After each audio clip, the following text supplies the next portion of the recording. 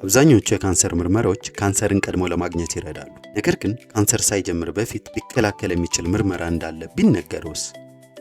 የማይታመን ሊመስል ይችላል። ግን የትልቁ አንጀት ወይም ኮሎሬክታል ካንሰር ከብዙ ሌሎች ካንሰሮች የሚለየው ይህ ነው። ይበልጥ የሚያስገርመው ደግሞ በመጀመሪያ ደረጃ ያለ የኮሎሬክታል ካንሰር ብዙ ጊዜ ምንም አይነት ምልክት አያሳይም።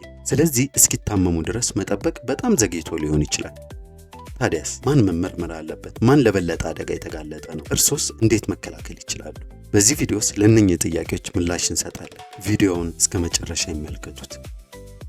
ብዙ ሰዎች የትልቁ አንጀት ካንሰር የሚያጋጥመው እድሜያቸው የገፋ ሰዎች ወይም በቤተሰብ ውስጥ የካንሰር ታሪክ ያላቸውን ብቻ ነው ብለው ያስባሉ። ይህ ትክክል አይደለም።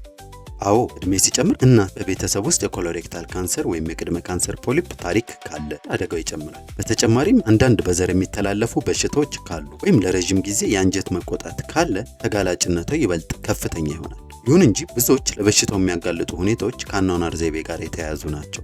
ማጨስ፣ ከመጠን በላይ መወፈር፣ የአካል ብቃት እንቅስቃሴ አለማድረግ፣ አልኮል ከመጠን በላይ መጠጣት፣ ሁለተኛ አይነት የስኳር ህመም እንዲሁም የተቀነባበሩ ምግቦች፣ የቀይ ስጋን በብዛት መመገብ ተጋላጭነቱን ሊጨምሩ ይችላሉ። መልካሙ ዜና ብዙዎቹ ለኮሎሬክታል ካንሰር የሚያጋልጡ ሁኔታዎች በእርሶ ቁጥጥር ስር መሆናቸው ነው። በፍራፍሬ፣ በአትክልት፣ በጥራጥሬና በሙሉ እህል የበለጸገ ምግብ ውስጥ የሚገኘው ፋይበር የአንጀትን ጤና ይደግፋል እና ለኮሎሬክታል ካንሰር ያለውን ተጋላጭነት ይቀንሳል።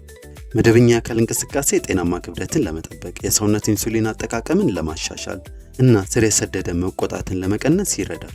በተጨማሪ ማጨስን ማቆም፣ አልኮልን መቀነስ፣ የተቀነባበሩና የቀይ ስጋ ምግቦችን መቀነስ ተጋላጭነቱን ይበልጥ ዝቅ ያደርገዋል።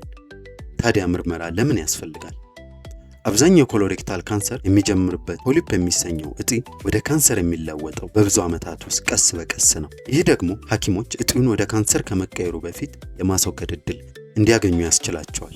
ለዚህም ነው ምርመራው የሚመከረው ምልክት ላለባቸው ብቻ ሳይሆን ሙሉ በሙሉ ጤናማ ለሚመስሉ ሰዎችም ጭምር ነው። መካከለኛ ተጋላጭነት ያላቸው አብዛኞቹ አዋቂዎች መደበኛ የቅድመ ምርመራ መጀመሪያ ያለባቸው በ45 ዓመት ዕድሜ ላይ ነው። ከአማካይ በላይ ተጋላጭነት ያላቸው ሰዎች ቀደም ብለው መጀመርና በየጊዜው መመርመር ሊያስፈልጋቸው ይችላል። ያስታውሱ፣ የኮሎሬክታል ካንሰር ቅድመ ምርመራ ዋና ዓላማ ችግሩን ምልክት ከማሳየቱ በፊት ካንሰር ከመሆኑ በፊት ማግኘት ነው። ይህ ዕድል እንዳያመልጡ። ይህ ትምህርታዊ መረጃ ተጠናቅሮ የቀረበለው በተግባር በጎ አድራጎት ድርጅት ነው። ይህን ትምህርታዊ መረጃ ከወደዱት መልካም ነው ብለው ካሰቡ ላይክ፣ ሼር፣ ሰብስክራይብ ማድረግ እንዳይረሱ።